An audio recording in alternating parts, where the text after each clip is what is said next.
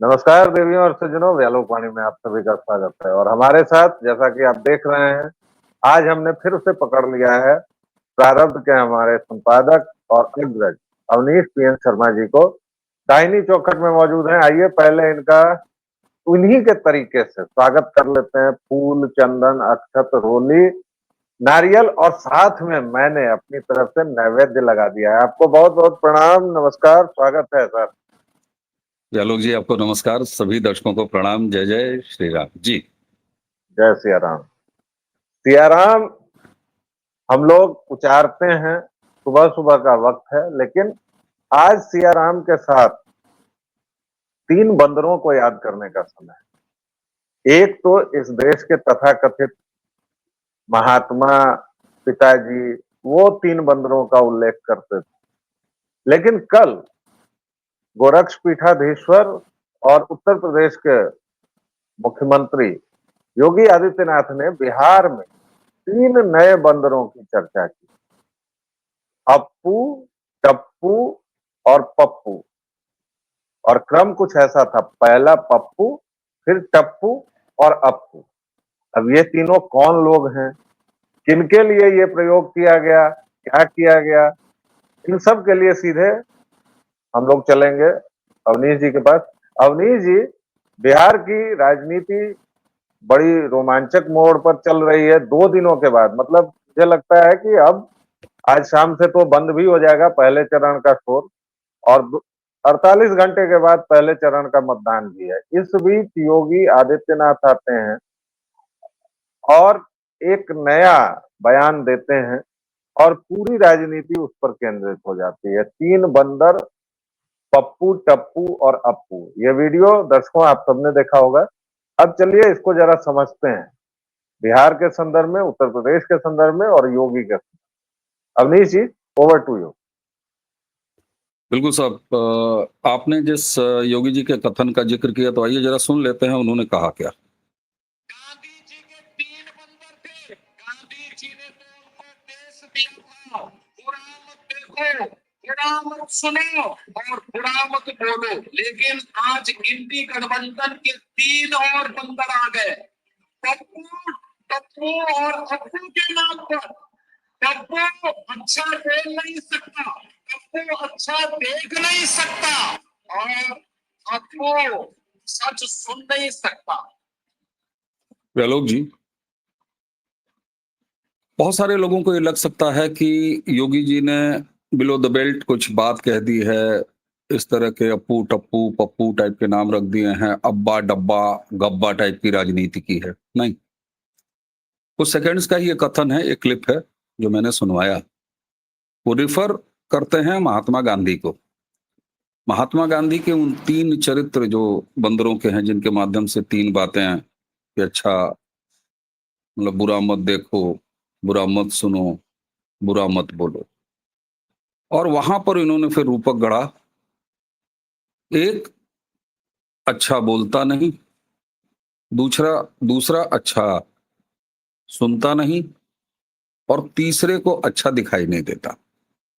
क्या आपको ऐसा नहीं लगता है कि गांधी जी के इस रूपक के जरिए, इन तीन बंदरों के चरित्रों के जरिए योगी जी ने पूरे विपक्ष के 2014 के बाद जो यहाँ पर बदलाव हो रहा है, जिसे मैं सांस्कृतिक क्रांति कहता हूं, इस पूरे दौरान 10-11 सालों के दौरान जो विपक्ष का राष्ट्रीय चरित्र और अंतरराष्ट्रीय चरित्र है, क्योंकि उसमें एक शहजादा भी है, तो वो अंतरराष्ट्रीय चरित्र भी उसमें शामिल करता है। क्योंकि वो जाके कभी कहता है, हे ब्रिटेन, हे अमेरिका, चलो चलो इंडिया पर धावा बोल दो। क्या आपको ऐसा नहीं लगता कि उन्होंने पूरे विपक्ष के चरित्र का चित्रण कर दिया है, निरूपण कर दिया है और बता दिया है कि यही है आपके 11 सालों का विपक्ष, जो न देश में कुछ अच्छा देखता है, न देखने को तैयार है, जो न देश के बारे में कुछ अच्छा सुनने को तैयार है, न सुनता है,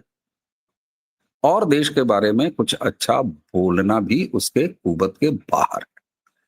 ये राष्ट्रीय चरित्र इस देश के विपक्ष का 2014 के बाद। उसमें आप चाहे टप्पू को ले लीजिए, आप चाहे अप्पू को ले लीजिए, आप चाहे पप्पू को ले लीजिए, आप चाहे सप्पू को ले लीजिए, आप चाहे कप्पू को ले लीजिए, आप चाहे गप्पू को ले लीजिए। आप स्टालिन चले जाते हैं तो इस देश की सनातन संस्कृति, जो मूल चरित्र है इस देश का, जो मूल संस्कृति है इस देश की, वो कहता है इसी को डेंगू मलेरिया और कहता है इसी का विनाश करना है। आप सोचिए जरा।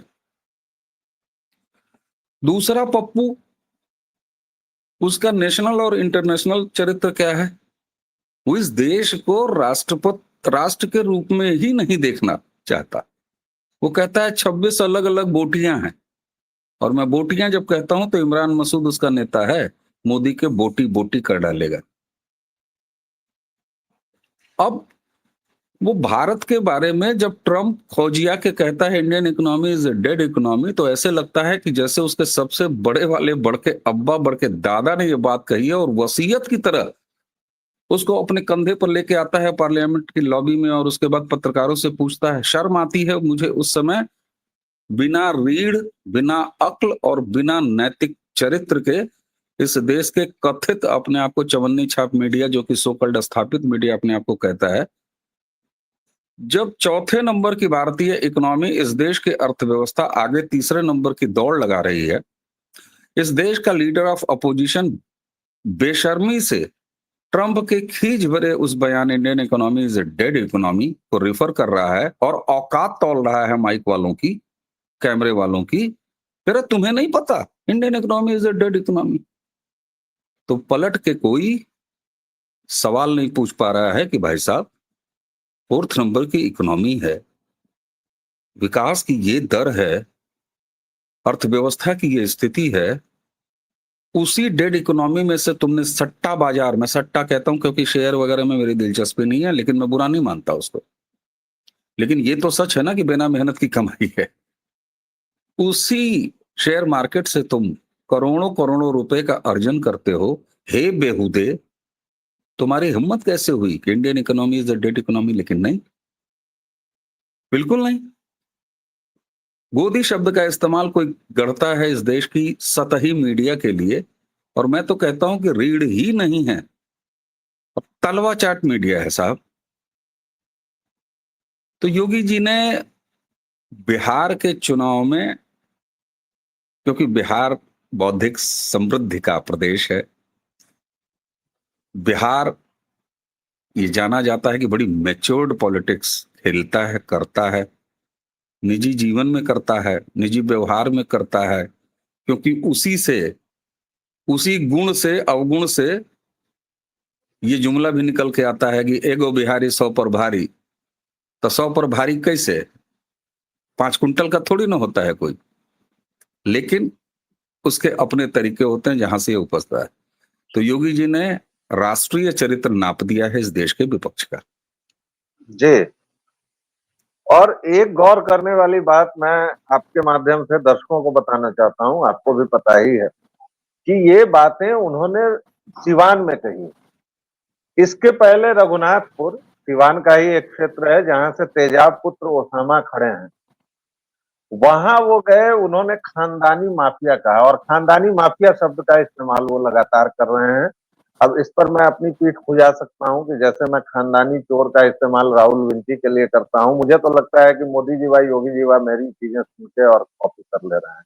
खैर, तो रघुनाथपुर में भोजपुरी में संबोधन, खानदानी माफिया कहना, सिवान में 3 बंदरों की बात, सिवान में ये बता देना कि उनके निशाने पर कौन लोग हैं, साथ ही जनता को ये बताना कि एनडीए के अलावा आपके पास कोई विकल्प नहीं है, जंगल राज की याद दिलाना। योगी को जिस तरह से एक और चीज, कल मैंने देखा कि योगी पटना की गलियों में छोटी सफाइयां कर रहे हैं। तो मैंने एक भाजपाई से पूछा कि अरे गुरु, ये मच्छर मारने के लिए टैंक उठा दिए हो तुम लोग? मतलब योगी जैसे वक्ता या योगी जैसे प्रचारक को अगर लाओगे तो कम से कम 20,000 2 लाख से कम की भीड़ क्या होगी? ये तो तुम 2,000 3,000 में खत्म कर दे रहे हो मामले। तो उसने जो जवाब दिया उससे स्ट्रेटेजी का थोड़ा पता चलता है। उसने कहा कि गुरुजी ऐसा है कि जब गलियों कूचों में योगी आदित्यनाथ उतरते हैं तो जो माहौल बनता है वो गांधी मैदान की रैली से भी नहीं बन पाता।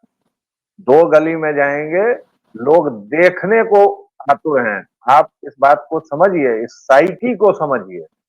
तो क्या ये मान लिया जाए कि मोदी जी भी तैयारी करवा रहे हैं और देश भी मानसिक तौर से तैयार हो गया है कि 29 के बाद क्या होना है?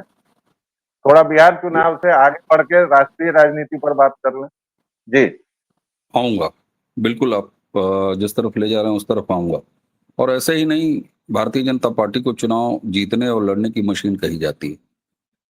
योगी जी अपने गृह नगर जब यहाँ से सांसद लड़ते थे गोरखपुर से, तो वो मंदिर से अगर नहीं भी निकलते तब भी जीत जाते। ये ऐलानिया कह रहा हूं मैं। हालांकि कहना नहीं चाहिए, लोकतंत्र में कोई कितना भी बड़ा हो, लेकिन उसे प्रचार के लिए जाना ही चाहिए। अटल जी के बारे में हम लोगों को याद है, जब हम कॉलेज में पढ़ते थे लखनऊ, तो अटल जी जब लड़ते थे तो सारे कॉलेजेस के, यूनिवर्सिटीज के लड़के जो हैं हॉस्टलों से निकल के, कॉलेज कैंपस से निकल के, हम लोग बड़ा कूद कूद के उनके लिए प्रचार करते थे। और वहां लखनऊ में ये कहा जाता था कि अटल जी आप पूरा देश देखिए, आप लखनऊ मत आइए। फिर भी अटल जी शुरुआत के 2 दिन सभाएं करते थे, अंत के 2 दिन सभाएं जरूर करते थे।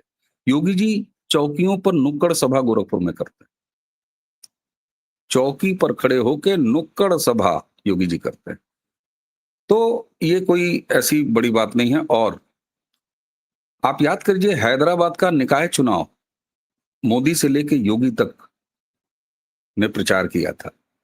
भारतीय जनता पार्टी लोकतंत्र का उस लेवल तक सम्मान करती है। मैं ऐसा देखता हूं कि जहां हेलीकॉप्टर छाप नेता घूमते हैं, गड़ही में कूदने वाले नेता, नौटंकी वाले घूमते हैं, वहां चाहे ग्राम प्रधानी का इलेक्शन हो, चाहे नगर निकाय का इलेक्शन हो, चाहे विधानसभा का हो, कोई उपचुनाव हो, लोकसभा का चुनाव हो, राष्ट्रपति उपराष्ट्रपति का चुनाव हो, लोकतंत्र में यही अपेक्षा होनी चाहिए किसी भी पार्टी से कि वो गंभीरता से चुनाव लड़े।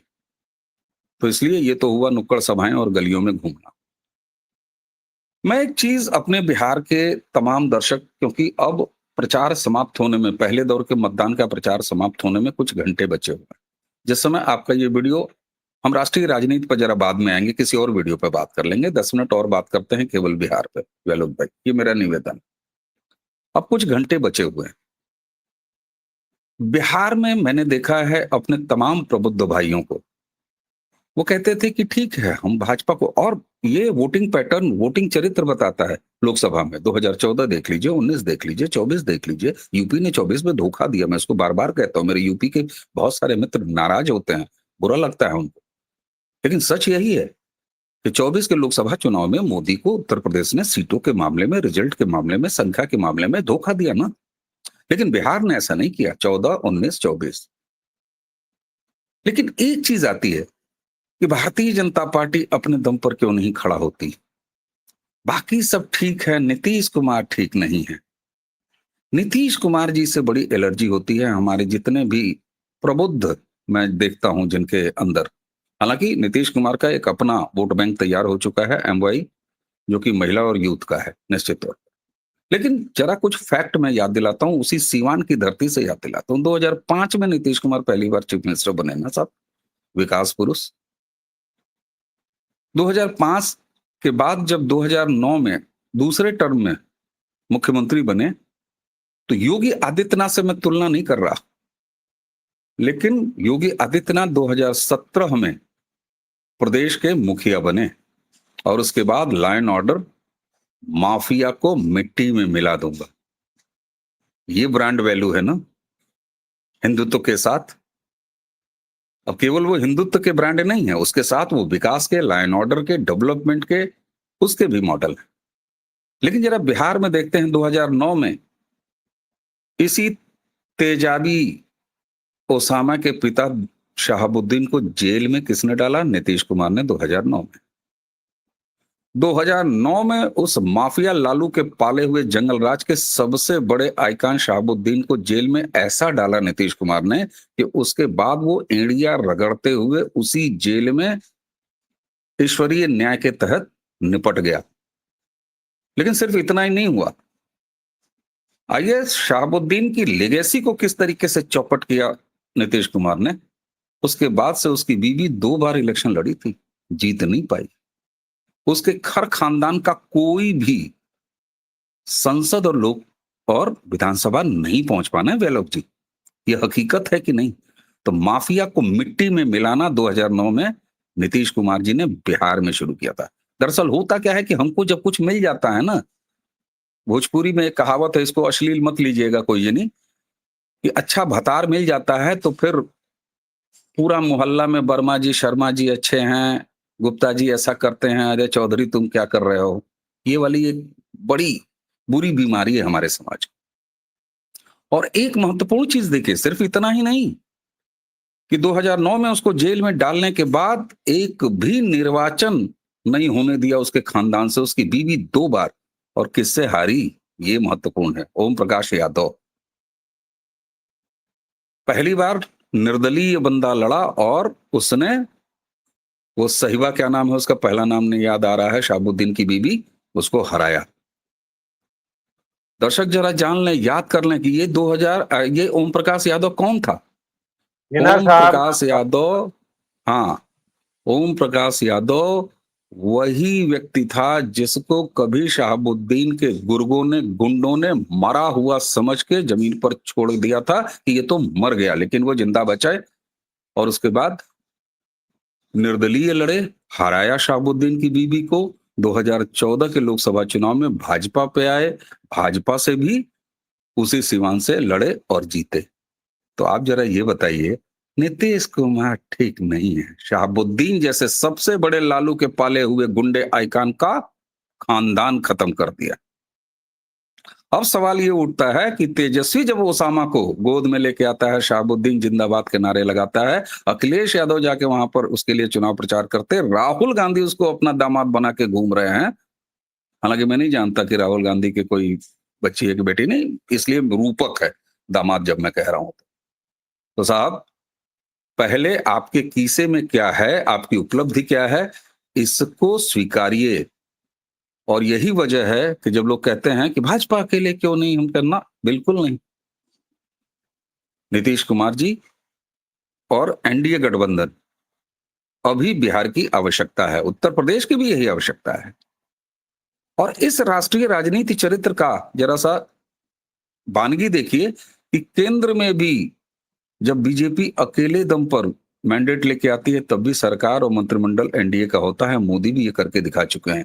इसलिए आज जो अगर आके कहते हैं कि 240 सीट पर बैसाखी पर टिके हुए हैं, ससुरों 2019 में अकेले मैंडेट था, 2024 में अकेले मैंडेट था, 2019 में, फिर काहे नहीं अकेले सरकार बना लिए? नहीं, महाराष्ट्र में करके दिखा चुके हैं, शिवसेना के साथ, अकाली के साथ, पंजाब में करके दिखा चुके हैं, जेडीयू के साथ। यही होता है, बटोगे तो कटोगे को रोकना, एक रहोगे तो सेफ रहोगे को रोकना। इसलिए बात बात पे जाति लगाने वाले बिहार के समुदाय से, भाइयों से मेरी हाथ जोड़ के विनती है, ये आपके अस्मिता का चुनाव है। उत्तर प्रदेश 2017 में इसी मुहाने पर खड़ा हुआ था। जी, कोई फेस नहीं था मुख्यमंत्री का, लेकिन केवल ब्रांड मोदी के नाम पर और उनके काम को देखने के बाद सत्ता बदल दिया। इसलिए ये बिहार का चुनाव, वैलोक जी, बहुत गंभीरता से कह रहा हूं, बिहार की अस्मिता का चुनाव है। या तो बिहार आगे बढ़ेगा पूरे देश के साथ, या फिर भैंस की पीठ पर बैठ के गुंडों की लाठियां लेके वापस जंगल राज की तरफ लौट जाएगा। जी। और दर्शकों, श्रोताओं, नीतीश कुमार के बारे में कल मेरे एक दोस्त ने बड़ी अच्छी बात कही। उसने कहा कि नीतीश कुमार का आकलन अभी के दौर में तो मत ही कीजिए, 2-4 साल 5 साल बीत जाए तब कीजिएगा, और शायद तब बिहारी ये समझ पाएंगे कि नीतीश कुमार ने क्या कर दिया है। आज जिस बुलडोजर राज का, जिस योगी मॉडल का हम लोग चर्चा कर रहे हैं, जिसका हम जिक्र कर रहे हैं, सनद रहे कि 2005 से 2010 का वो दौर था, और मेरा देखा हुआ दौर है, क्योंकि मैं उस समय तक स्कूल सोचने खोले समझने गए, लगता मकानों था, में स्कूल खोले गए, प्रॉपर्टियों मकानों पर जब्त करके। खोले गए, प्रॉपर्टीज जब्त की गई, और ये आज जितने एक दो जो इधर उधर पूछ विहीन सर्प आपको दिख रहे हैं, अनंत सिंह, सूरजभान टाइप, ये सब उसी समय टाइट किए गए थे। सूरजभान आज भी इलेक्शन नहीं लड़ सकते। और उसके बाद मैं ये नहीं कहता कि कोई दूध का धुला है या कुछ, मैंने आपको आज तक नहीं कहा कि किसको चुना जाए, लेकिन किसको नहीं चुना जाए ये मैं पिछले 1.5 महीने से, पिछले 15 वर्षों से जरूर बता रहा हूं। बिहारियों, अगर गलती से भी लालू पुत्र कहीं से भी इस स्थिति में आ गया कि वह प्रभावी हो जाए, तो जैसा अवनीश जी ने बताया है, भैंस की पीठ, हाथ में कट्टा, दुनाली, लाठी, और यात्रा फिर से 1400 ईस्वी की ओर जाने की, और यही हमारा मुस्तकबिल होगा। अविनाश जी, अवनीश जी, आपने बहुत बहुत धन्यवाद आपको, आपने समय दिया। मैंने आपको अविनाश जी कह दिया, इसके लिए बहुत बहुत क्षमा। दर्शकों श्रोताओं, कोई बात नहीं। आपको पता है कि व्यालोक वाणी के अलावा मेरा एक ही ठिकाना है, प्रारब्ध। तो आप इस दोनों प्लेटफॉर्म को जैसा स्नेह दे रहे हैं, प्लीज देते रहिए, बड़ा अच्छा लग रहा है आपकी स्नेह वर्षा में भींजते हुए। और एक छोटे से विराम के बाद फिर मिलेंगे, तब तक के लिए आज्ञा दीजिए। जय सिया राम। जय जय सिया राम।